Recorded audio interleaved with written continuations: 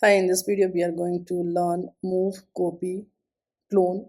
In this is the most important question in interview of Rust. So we will start from these questions. Explain move versus copy versus clone in Rust. Move, copy, and clone define how value are assigned in Rust. Move transfer ownership from one variable to another, making original variable invalid.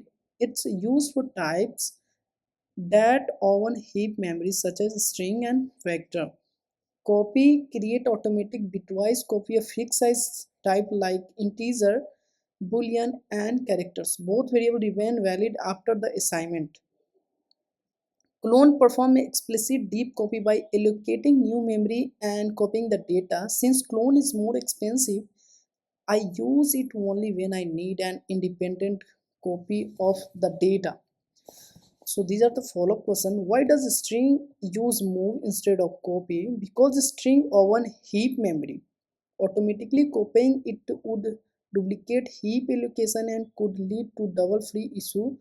Rust transfers ownership instead. Which type implement the copy trait? Primitive fixed size types such as integer, booleans, character, floating point numbers, references, and tuples whose eliminate all copy. Why is not a string a copy type? A string manages heap memory, making it copy would require implicit heap duplication, which is expensive and unsafe. When should you use dot clone?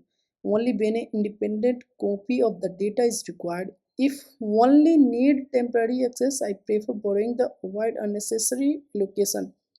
Is clone a shallow copy or deep copy? For type like a string and vector, clone perform a deep copy by allocating new memory and copying the contents.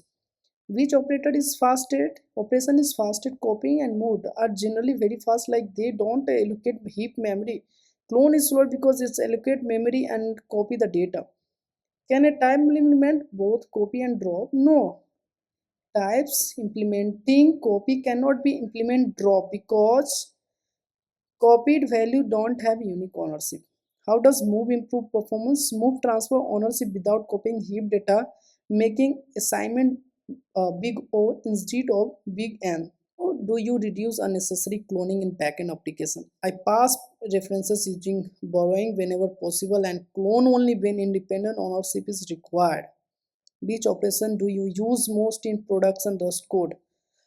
Mostly I used borrowing is used mostly frequently. Move happen naturally when ownership changes, and cloning it is used sparingly because of its performance cost. So I hope this video find useful.